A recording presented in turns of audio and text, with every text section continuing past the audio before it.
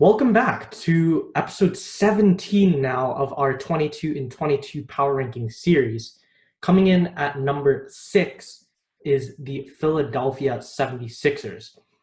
So they were largely expected to be an amazing team this year, but didn't really look like one as they started the season off going 7-5. But they did manage to turn things around after that, winning 13 out of the next 15 games, but it was back to mediocrity for the second half of the season, where they won 19 out of their final 37 games, which is just over half, leaving them 39-26, which is tied for fifth in the Eastern Conference with the Pacers. Because this team is like stacked with stars, and despite their slightly disappointing season collectively, they individually performed pretty well. So center Joel Embiid averages 23 and 12. Power forward Al Horford averages 12 and 7. Small forward Tobias Harris averages 19 and 7. And finally, point guard Ben Simmons almost averages a triple double. He averages 17, 8, and 8.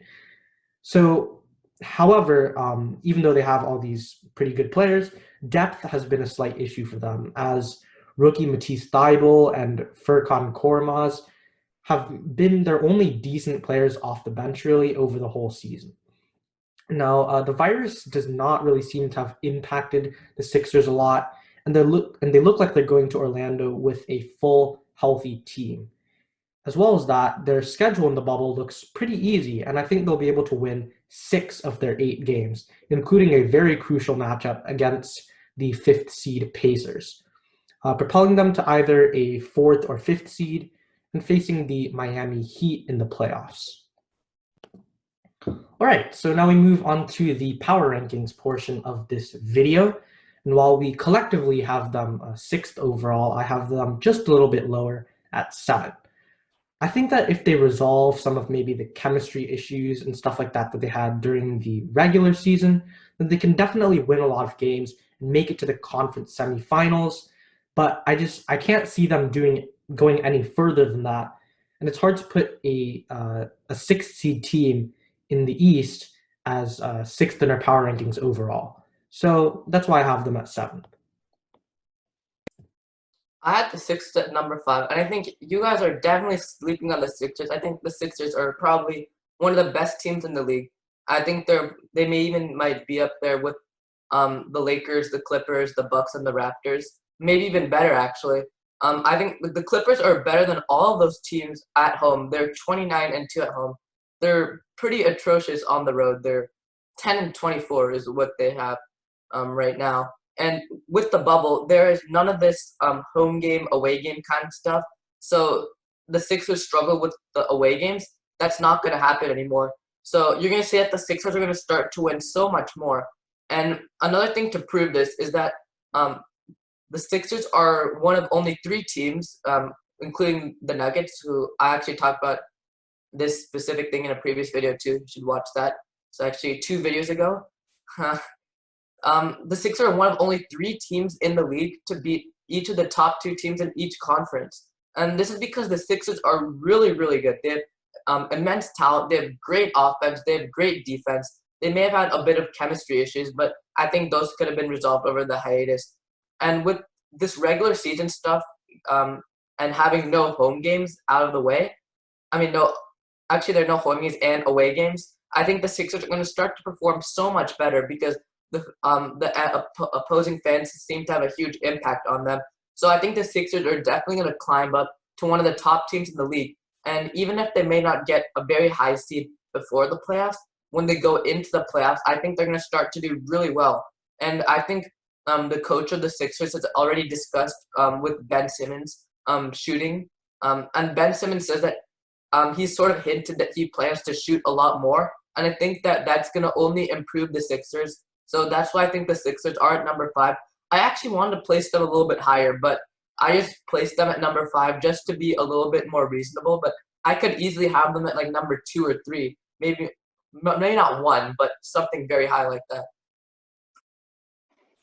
Riddle me this, Rohan. How does a team which is 6th best in the objectively worst conference in the NBA be higher than number 6 in the entire league? This doesn't make any sense to me. And although they are supremely talented, I feel that a team which is 39-26, have a 60% win percentage, and a team which just doesn't seem to work together can't be higher than 6, like you guys are saying. But I am going to put them at number 8. So this is quite lower than our total decision. But I really like many people individually on this team, but they don't work together. Recently, Brett Brown and Ben Simmons came out saying that Ben Simmons is going to be playing the power forward position to come, which means who is their starter at point guard? Shake Milton. Let that set into your head a bit. Shake Milton is the starting point guard of the Philadelphia 76ers. So now you're looking at a team who is a very decent team. There's not a lot of good shooters on the team besides, I guess, Tobias Harris maybe. Josh Richardson has done terribly for this team. Furkan Korkmaz is probably their actual best shooter on the team. They lost JJ Redick, so you can't really compare last year's team to this year's team because they lost JJ Redick and Jimmy Butler, and they only gained like Josh Richardson and Al Horford, both of them who've been really terrible this year. So don't say that, oh, they took the championship Raptors with Kawhi to 7 games and lost on a final shot. Well, that wasn't the same team that's there this year. This year's team is a lot more variable. Yes, they have beaten some of the better teams, but they're terrible matchups for other teams. In fact, one of the own players on this team last year is now joined another team called the Miami Heat. And the Miami Heat have destroyed the 76ers 3 of the last 4 times they've played. So clearly the Miami Heat are the better team than the Philadelphia 76ers. They've been more solid. They've been more well-rounded. They play better as a team on both sides of the ball. I just don't think that Joel Embiid and Ben Simmons can carry a team really far on their own. And I think the Sixers are just too inexperienced, and they have too much emotions which get to them to have them any higher to be a true playoff final contender. All right. So let us know what you think of our predictions, whether you agree with Rohan more or whether you agree more with me and Aki. And make sure to like the video. This is also leave your predictions as to who you think will be at number 5. We have the Lakers, Clippers, Bucks, Raptors, and Celtics left. So let us know who out of those teams you think is the worst. Yeah, and stay tuned for tomorrow. This is the Bench Warmer signing off. See ya.